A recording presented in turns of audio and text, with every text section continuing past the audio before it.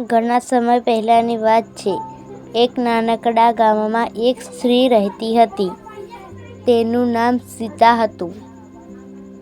તે ખૂબ જ ગરીબ હતી, પણ દિલની ખૂબ જ અમીર હતી. તેનો એક નાનકડો દીકરો હતો, જેનું નામ રાહુલ હતું. રાહુલ જ તેની આખી દુનિયા હતું. સીતા દિવસ-રાત મહેનત કરતી, ખેતરોમાં કામ કરતી, લોકોના ઘરે વાસણ સાફ કરતી અને જે પણ કમાતી તે બધું જ પોતાના દીકરા પાછળ ખર્ચ કરી નાખતી.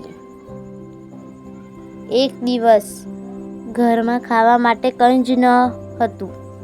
રાહુલ બોલ્યો, "મા, મને ભૂખ લાગી છે." સીતાની આંખોમાં આંસુ આવી ગયા. તે બહાર ગઈ અને કોઈની પાસેથી ઉધાર માંગીને લાવી એક રોટલી લાવી. રાહુલે કહ્યું, "મા, તું પણ ખા." સીતા હસીને બોલી, "બેટા, મેં પહેલાં જ ખાઈ લીધું હતું."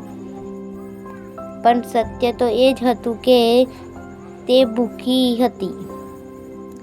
સીતાનું એક જ સપનું હતું કે તેનો દીકરો ભણી-ગણીને મોટો માણસ બને. એટલા માટે તેણે પોતાના ઘરેણાં વેચી દીધા અને રાહુલને શહેરમાં ભણવા મોકલી દીધો. શહેરમાં જઈને રાહુલ બદલાવા લાગ્યો. હવે તેને તેની મા ગરીબ અને અભણ લાગવા માંડી. તે ફોન પણ ઓછો કરતો અને ધીરે-ધીરે માંથી દૂર જતો ગયો. એક દિવસ સીતા બીમાર પડી ગઈ અને રાહુલને ફોન કર્યો, "બેટા, એકવાર આવી જા." પણ રાહુલ બોલ્યો, "મા, હું અત્યારે બહુ વ્યસ્ત છું." અને ફોન કાપી નાખ્યો. થોડા સમય પછી રાહુલ ઘણો મોટો માણસ બની ગયો. પૈસા, નામ બધું જ તેની પાસે હતું. પણ એક દિવસ તેને પોતાના ગામે જવાનું મન થયું. જ્યારે તે ઘરે પહોંચ્યો, ત્યારે તેણે જોયું ઘર સાવ ખાલી હતું. પાડોશીઓએ જણાવ્યું, "તારી મા હવે આ દુનિયામાં નથી રહી." રાહુલના પગ નીચેથી જમીન સરકી ગઈ. પાડોશીઓએ તેને એક ચિઠ્ઠી આપી, જે તેની માએ લખી હતી. રાહુલે ધ્રુજતા હાથે ચિઠ્ઠી ખોલી. તેમાં લખ્યું હતું, "બેટા રાહુલ, મને ખબર છે તું ઘણો મોટો માણસ બની ગયો છે. હું બહુ ખુશ છું. બસ એકવાર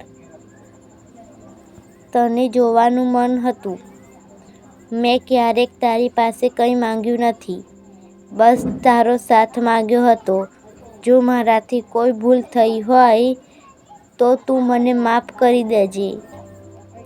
રાહુલ રડી પડ્યો અને જોરથી બૂમ પાડીને બોલ્યો, "મા, એકવાર તું પાછી આવી જા.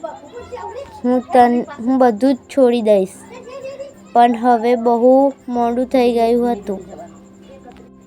દુનિયામાં સૌથી સાચો પ્રેમ ફક્ત માનો જ હોય છે. જે દિવસે મા ચાલી જાય છે તે દિવસે માણસ ખરેખર અનાથ થઈ જાય છે. જો તમે પણ તમારી માને પ્રેમ કરતા હોય તો કોમેન્ટમાં "આઈ લવ યુ મોમ" લખો.